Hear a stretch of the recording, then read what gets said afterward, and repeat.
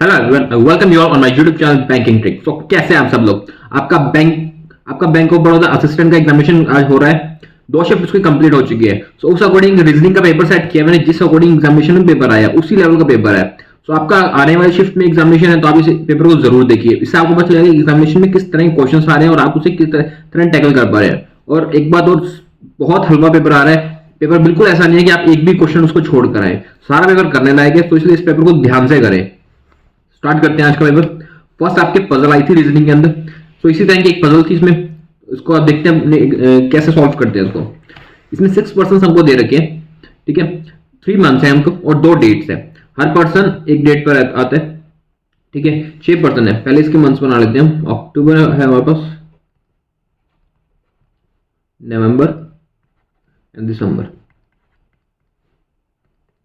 ठीक है। 2 डेट्स है इसमें, 7/15 एंड 7/15। फर्स्ट हमको क्या रखा है, B was born in a month which has odd number of days but on prime number date, ठीक है। बी जो है प्राइम नंबर डेट पे बोर्न हुआ है। तो प्राइम नंबर डेट कौन सी है, 7 और 15 only 7। And odd number of months, odd number of months वही होंगे जिसके अंदर 31 डेज वाले होंगे। तो यानी बी की हमारे पास 2 कंडीशन हो सकती है, या तो बी आ जाएगा अक्टूबर पे या हमारा बी आ जाएगा 7 दिसंबर पे। तो ये बी की 2 कंडीशन बन सकती है। फिर हमें क्या रखा है कि only 2% were born between B and A, यानी बी और ए के बीच में 2% बोर्न हुए। ए की यहां हमारा आ सकता है और ए इसमें हमारे पास यहां आ सकता है। यही 2 कंडीशन बनती है ए की। फिर हमें क्या रखा है, number of person born before A is 1 less than number of person before born after A, यानी ए से पहले जितने पर्सन बोर्न हुए हैं उसमें एक कम है ई के बाद जितने पर्सन बोर्न हुए। सो फर्स्ट कंडीशन में देखते हैं तो ए से पहले हमारे पास 3% बोर्न हुए जो कि एक कम है। इसका मतलब ई के बाद 4% बोर्न होने चाहिए। तो ई के बाद 4% बोर्न होंगे तो ई आ जाएगा अपने पास 15 पे। सेकंड में देखते हैं कि ई से पहले ए से पहले 1% बोर्न हुआ है जो कि एक कम है, तो ई से बाद 2 होने चाहिए। तो ई आ जाएगा अपने पास यहाँ पे। ये 2 कंडीशन बेटर सेट होगी। फिर हमें क्या रखा था कि C was born 2% after F, ठीक है। C was born 2% after F, ये कंडीशन दे रखी थी। And D was not born in the month as C, यानी डी और सी ये जो है ये हमारे पास डिफरेंट मंथ्स में आने चाहिए। ये बात हमको कह रखी है इसके अंदर, ठीक है। अब मैं पहले कंडीशन लेता हूँ, एफ और सी को हम कहाँ बिठा सकते हैं, एफ और सी यहाँ बैठ सकते हैं। एंड सेकंड में एफ और सी की एक ही कंडीशन बचती है, यहाँ बैठ जाएगा। अब हमें क्या रखा है कि डी और सी एक सेम मंथ में नहीं होनी चाहिए। तो डी को फर्स्ट में डी यहाँ बैठेगा, लेकिन डी और सी सेम मंथ में आ गए तो ये कंडीशन गलत हो जाती है। यहाँ पे डी को बिठाएंगे दिसंबर में, डी और सी डिफरेंट मंथ में, ये अपना राइट आंसर है। सो इसी तरह का क्वेश्चन आपको एग्जामिनेशन में देखने को मिला था और यही लेवल था। आगे की शिफ्ट में भी आपको यही लेवल रहेगा, कुछ बहुत टफ नहीं होने वाला। तो इसके क्वेश्चंस देखते हैं। फर्स्ट क्वेश्चन हमको कह रहा है, who among the following was born in the same month as D, यानी उस मंथ में कौन बोर्न हुआ जिस मंथ में डी बोर्न हुआ है। तो डी बोर्न हुआ दिसंबर में और दिसंबर में बी बोर्न हुआ है। So option number D is our right answer, that is B. Second हमको कह रहा है, who among the following person was born on 15th December. So 15th December को कौन बोर्न हुआ है, देखिए 15th दिसंबर को डी बोर्न हुआ है। तो हमारा आंसर हो जाएगा option number D, that is 15 month. Okay, चलते हैं नेक्स्ट क्वेश्चन पे। नेक्स्ट एक और पजल थी इसमें, इस शिफ्ट में। इसमें मैं क्या रखा गया था कि 7 person are living on a different floor of 7 story building, ठीक है। 7 पर्सन है, एक 7 स्टोरी बिल्डिंग है और उसमें बैठे हैं। तो ठीक है, ये पजल भी करने वाली थी, कुछ भी छोड़ने वाला नहीं था, सारा पेपर बिल्कुल करने वाला था। और इसकी कट ऑफ भी काफी हाई जाती है और इसकी जो सेक्शन कट ऑफ है वो भी आपको अच्छी खासी जाएगी। 8, 9, 10 नंबर की कट ऑफ नहीं जाएगी, आपकी थोड़ी अच्छी जाएगी कट ऑफ, 14, 15 तक। 7 स्टोरी बिल्डिंग है, ठीक है। इसमें हमें फर्स्ट क्या रखा था कि no 2 person one born on same floor, ठीक है, लिव ऑन सेम फ्लोर। कोई भी 2 पर्सन सेम फ्लोर पे नहीं बैठे हैं। फिर हमें क्या रखा था, you live on even number floor but above third. You even number floor पे है लेकिन 3 नंबर से ऊपर है, 3 से ऊपर इवन 4 है और 6 है, ये 2 ही केस बनते हैं। फिर हमें क्या रखा था, T live 3 floor below U. तो T live 3 floor below U, तो यहां पे भी आ जाएगा T live 3 floor below U. फिर हमें क्या रखा था कि Q live immediately above T. Q live immediately above T, Q यहां आ जाएगा हमारे पास, टी से जस्ट ऊपर। फिर मैं क्या रखा, number of floor below Q is 1 more number of floor above V, ठीक है। क्यू से नीचे जितने फ्लोर है ना वो एक ज्यादा है जितने वी के ऊपर है, ठीक है। आप देख लेते हैं कितने थे। पहले में क्यू से नीचे 1 फ्लोर था तो वी से ऊपर कोई भी नहीं होना चाहिए। सेकंड कंडीशन में क्यू से नीचे 3 फ्लोर है तो यानी वी से ऊपर 2 फ्लोर होना चाहिए सेकंड कंडीशन में, वी हमारे पास यहां देगा। फिर मैं क्या रखा, ये only 2 floor between R and P. So R और पी के बीच में 2 फ्लोर्स हैं। P who does not live below S. P जो है वो एस के नीचे नहीं है, यानी पी जो है वो ऊपर है एस के, ठीक है। P who does not below live below S, यानी पी एस के नीचे नहीं बैठा। अब देखते हैं आर और पी के दो केस कहाँ मिलते हैं। देखो इसके अंदर तो आर और पी आ ही नहीं सकता दो के गैप पे, तो ये तो कंडीशन साफ साफ ही रॉन्ग हो जाती है। फर्स्ट में देखते हैं आर एंड पी।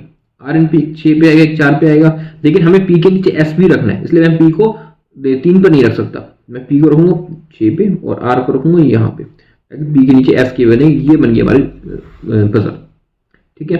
इसी पजल से, बहुत सिंपल पजल थी ये, सिर्फ कुछ मिनट्स में करने वाली पजल थी, 1.5-2 मिनट में आपसे ये पजल आराम से हो जाएगी अगर आपने अच्छे से प्रैक्टिस कर रखी है तो। चलते हैं ऐसे क्वेश्चंस पे। फर्स्ट क्वेश्चन हमको कह रहा है how many persons live below P, यानी पी से नीचे कितने पर्सन्स हैं। तो पी से नीचे 5 पर्सन है फर्स्ट के अंदर, तो हमारा आंसर हो जाएगा more than 4। This is our right answer. Second क्या रखा है कि T live on which of the following floor. T कौन से फ्लोर पर है, टी है हमारे पास 1, तो टी है हमारे पास फर्स्ट फ्लोर पे। Option number A is our right answer, that is 1। T हमारा फर्स्ट फ्लोर पे, ओके। चलते हैं नेक्स्ट क्वेश्चन पे। नेक्स्ट क्वेश्चन आता है ये कॉरिड वाला, ठीक है। इस तरह के क्वेश्चन आपको प्रीलिम्स में अक्सर देखने को मिलते हैं, चाइनीज कोडिंग, और इसी लेवल का क्वेश्चन ही आपको एग्जामिनेशन में देखने को मिला था। तो इसके क्वेश्चंस देखते हैं। क्वेश्चंस मैंने ज्यादा नहीं रखे ताकि आपको ये समझ आ सके कि किस तरह के क्वेश्चंस आ रहे हैं, क्योंकि क्वेश्चन के जो इसके ऑप्शंस बने वो तो एक्यूरेट नहीं होते हैं ऑब्वियसली, बट इससे आपको एक मोटा मोटा अंदाजा हो जाएगा कि पेपर में किस लेवल का एग्जामिनेशन पेपर आ रहा है, ठीक है। फर्स्ट हमको क्या रखें, what does the code of CM present in the given code language. CM का कोड बताना है हमको इसमें, तो सीएम देखते हैं हमारे पास कहाँ का है, तो सीएम यहाँ है और एक सीएम यहाँ है, यानी कि इन दोनों में कुछ ना कुछ कॉमन होगा तभी यहाँ पे सीएम कोड रिपीट हुआ है, ठीक है।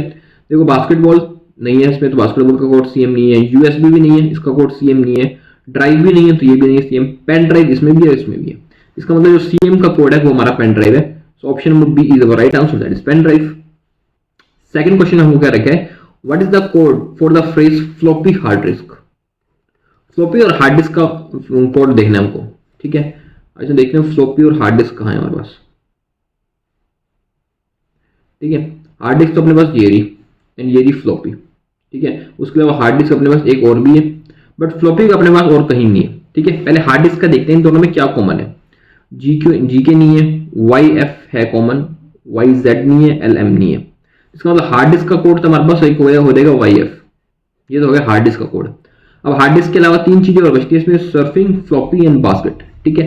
हमें फ्लॉपी का फाइंड करना है, फ्लॉपी और कहीं नहीं है। इसका मतलब सर्फिंग और बास्केट का कोड अगर हमें कहीं और से मिल जाएगा तो हम उसमें से एलिमिनेट कर लेंगे इसको, ठीक है। तो सर्फिंग और बास्केट कहाँ है हमारे पास, सर्फिंग हमारे पास एक ये यहाँ पे है और बास्केटबॉल यहाँ पर है, ठीक है। तो ये जीके यहाँ रिपीट हो गया, इसका मतलब जीके भी नहीं है, ठीक है। और उसके अलावा वाईजेड भी यहाँ रिपीट हो गया, इसका मतलब वाईजेड भी कोड नहीं है। तो फ्लॉपी का कोड क्या है, एल एम, और फ्लॉपी और हार्ड डिस्क का कोड फाइंड करना है, वो हमारा कोड है एल एम और वाई एफ। ये कोड है हमारा एल एम और Y F and L, this is the right answer, L M and Y F, simple. चलते हैं नेक्स्ट क्वेश्चन पे। एक ब्लड रिलेशन आया था, फर्स्ट शिफ्ट में आया था ये ब्लड रिलेशन, तो इसको ध्यान से देखना कि इसको कैसे आपने किया, और कमेंट सेक्शन में आपने बताना कि आपने कितने क्वेश्चन अटेम्प्ट किए और आपको किसी क्वेश्चन में डाउट है या नहीं है। कमेंट सेक्शन में जरूर बताना कि कितने क्वेश्चन आप लोग अटेम्प्ट करके आ रहे हैं इस पेपर में। इसमें हमको दे रखे है कि L is the son of N, okay. L जो है वो सन है एन का, ठीक है। N who is the sister in law of K, ठीक है। लेकिन ये भी कह रखे N does not have any siblings, N का कोई सिबलिंग नहीं है और एन सिस्टर इन लॉ है के की। इसका मतलब एन का जो भी स्पाउस हो जाएगा, एन उसकी सिस्टर इन लॉ बनेगी, एन सिस्टर इन लॉ है के की, ये कंडीशन बनेगी इसमें, क्योंकि एन का तो कोई सिबलिंग है ही नहीं। फिर हमें क्या रखे, M is the granddaughter of U, M जो है वो ग्रैंड डॉटर है यू से। U who is the mother of I, ये भी कह रखे यू जो है वो आई की मदर है। फिर हमें क्या रखे, O is the uncle of K who is the son of H, तो K is the son of H है और के साथ एक सिबलिंग भी था, यानी K is the son of H, ये कंडीशन बनती है। फिर हमें क्या रखे, H is the brother in law of O, H जो है वो ब्रदर इन लॉ है ऑफ ओ का, ठीक है। और ओ हमें ये भी कह रहे थे ओ है अंकल के की, ठीक है। और एच ब्रदर इन लॉ है और लो है ओ का, ओ जो है वो आ जाएगी अंकल ए की, ये कंडीशन बनती है हमारे पास। फिर कहते हैं the family have 3 generation and there is no single parent, ठीक है। इसी को कंप्लीट करते हैं। यहाँ पे एक एन है, यहाँ आ जाएगा के, इनके जो फादर है एफ है, wife, and O is the uncle आ जाएंगे, एंड एल जो है इसका सन है। अभी तक हमें ये पता है। ये देखो जे से एम का रिलेशन देखो, एम जो है वो ग्रैंड डॉटर है जे की, ठीक है। तो जे की एक ही कंडीशन बचती है हमारे पास, क्योंकि हमारे पास 8% है, ठीक है। तो जे आ जाएगा अपने पास यहाँ पे, और उसकी ग्रैंड डॉटर आ जाएगी एम। तो जे का हमारे को ये भी दे रखा था सन और डॉटर, इसमें से क्या हो सकेगा, जबकि एन के का पता था हमको, के मेल है, तो यानी ऑब्वियसली जो आई आएगा वो फीमेल हो जाएगा, एंड एल की जो सिबलिंग आ जाएगा एम हो जाएगी डॉटर। ये बन गया अपना पूरा ब्लड रिलेशन, ठीक है। सिंपल था ब्लड रिलेशन। कुछ लोग कह रहे हैं कि हम ब्लड रिलेशन में थोड़ा सा कंफ्यूज हो गए थे, बट इसमें कुछ भी कंफ्यूज होने वाला नहीं था। अगर आपने रेगुलर प्रैक्टिस की है तो इसमें बिल्कुल कुछ भी कंफ्यूज होने वाला नहीं था। फर्स्ट क्वेश्चन इसका हमको कहता है, who among the following person is sibling of M. M का सिबलिंग कौन था? सो एम का सिबलिंग था L. Option number C is our right answer, that is L.